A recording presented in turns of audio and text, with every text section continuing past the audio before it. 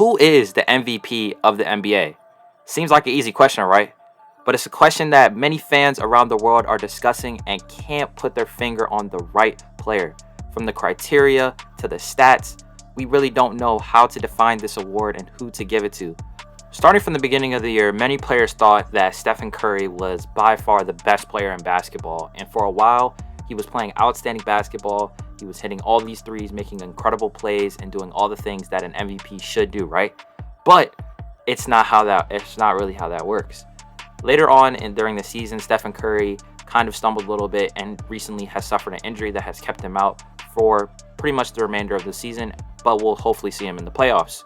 So fans are asking, why is Curry no longer in the MVP conversation? Although he's having good stats, he's having a good season, that's an MVP. He's the most valuable player because he's a very valuable asset to his team. But unfortunately, this is not how this award shapes out. The idea of this award has been very misconstrued over the years because fans aren't thinking that it's supposed to be given to the player who is the biggest asset to their team. But at the same time, players that are first in their conference, second in their conference, or their team is doing really, really well are for some reason not considered top of this award because if the team is doing very well, then that player isn't really an asset. But for teams that are maybe like in the mid-table or bottom table, but have a really, really good player that is contributing to the team's success, then they would consider that to be the most valuable player. Also, this award is kind of mixed into stats being considered the most valuable thing towards the player. So if the player has all these crazy stats, then that's just automatically the MVP, but they don't really consider where the team stands in the conference. So it's really, really hard to distinguish stats from where the player ranks in the conference from how the team is doing overall.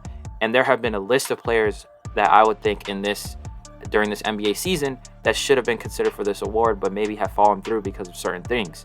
Starting with Giannis Antetokounmpo. Obviously, he was the league MVP 2 years in a row, and the Bucks won the finals last year.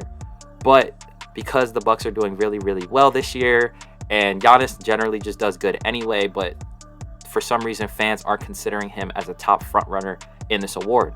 Another player that has been doing extremely well this season, but I don't think will win this award, is Ja Morant. At one point, Ja Morant was one of the best point guards in the league, and he's still considered one of the best point guards in the league. It's not like he's fallen off or anything, but just because he had a good stretch of running games and he had good stats, and the Grizzlies are doing extremely well. They're currently second in the West. But for some reason, fans don't consider him a top front runner in this award because the team is doing really, really well. So they don't consider him as big of an asset to win this award. Another player in the Eastern Conference, DeMar DeRozan, who for a stretch of games was one of the best players in the NBA and was having these crazy game winners, and his stats are already good regardless. He's averaging 27, 5, and 5. But because the Bulls are mid-table, they're not really doing that well, then they don't consider DeMar DeRozan as an MVP type player because he's not elevating the Bulls to this big status in the Eastern Conference. But I would also say that it's very hard to do that because the Bulls have been struggling with injuries and other things throughout the season. So it's kind of hard to, kind of put that pressure on him to carry the team when, look, bro, they've been injured and they've had a lot of things to deal with. So it's kind of hard to, to put that pressure on him. But I think those three guys have been considered for this award, but because of the, I guess, quote unquote, I'm not going to say quote unquote, but it's really just the criteria. And the criteria is just very confusing because fans don't know what is exactly an MVP. Is it stats? Is it where they rank in the conference? Is it, the team success? And if the team is too good, then how can you win the award? It's just really, really hard to figure out where we can find a balance. And during the beginning of the season, like I said earlier, Curry was playing outstanding basketball. But because of how he was playing mid-season and, after that, his shooting performances weren't as good.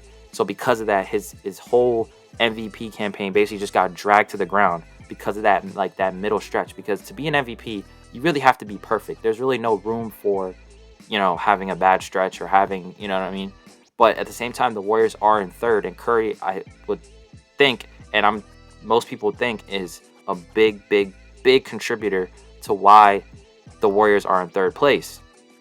And I think to a lot of people, I would say the two front runners are Joel Embiid and Nikola Jokic.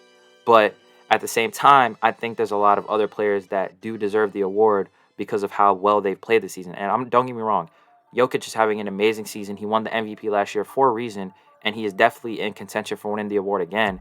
And again, Embiid is playing absolutely outstanding even before James Harden came here. Because if you're a casual fan of the NBA, you may think James Harden's on the 76ers, so it shouldn't be that hard to win. Trust me, Embiid has proven that he can carry this team, and he has done that this season and played like a superstar. He already is a superstar.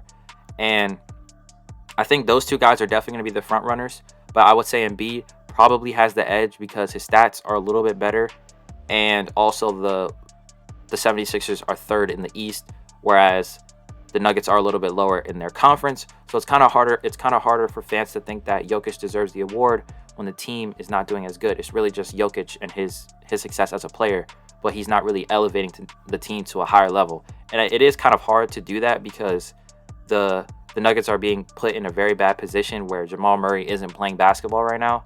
So it's kind of hard to distinguish. Look, they don't really have their other star players, so Jokic is carrying the load, and it's kind of hard for him to get them to that higher point. So you have to take that into consideration as well.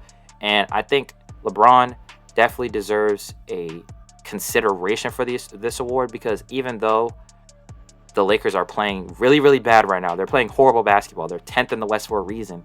But as a player, LeBron has proven that he is valuable. He is the most valuable on that team, and he has, by some crazy way, kept this team afloat and keeping them, in this like playoff bubble. Even though they may not do anything in the playoffs, he's keeping them in that contention, keeping them in that realm. And without LeBron, what are the Lakers? The Lakers are not anywhere close to being in this playoff bubble or playoff contention.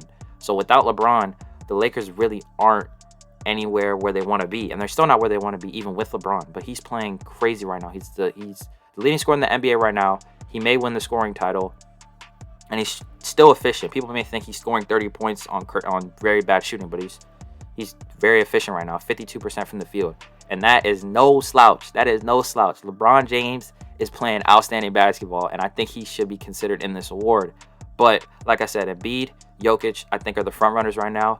But another guy that I think should be considered, and I don't know why people aren't talking about this enough, but I think people are starting to get traction on how good this guy has been playing all season, how good this team has been playing all season, and I think he's getting a little bit more love right now, and that's Devin Booker. I don't really understand why Devin Booker hasn't been considered as the front runner for this award, because the Suns are playing crazy basketball, and I think people are overlooking how good they really are. And Chris Paul has been in and out with injury, and I know the rest of the team is still good, and they've still been able to keep guys together. DeAndre Ayton is still there, Mikal Bridges campaign has emerged, but Devin Booker has put this team on his back and has been able to carry the Suns. They've already clinched the first seed in the West. They don't really have to, try hard as much and go crazy, but Booker, man, he has helped put this team on his back and put the pressure all on himself. And I don't know why he's not being considered, but guys like Ja Morant, guys like Kyrie Irving are acknowledging the fact that this guy is playing crazy right now and does deserve some votes. He deserves some consideration for this award, and I think people are really not looking at his way. But like I said, the list of people that I named, from Devin Booker to Nikola Jokic, LeBron James, Joel Embiid, Steph Curry, DeMar DeRozan, Ja Morant, Giannis, I think at some point in this season, you could say one of these guys deserves this award, and I would not be mad if the award went to any of these guys because they've been playing crazy basketball.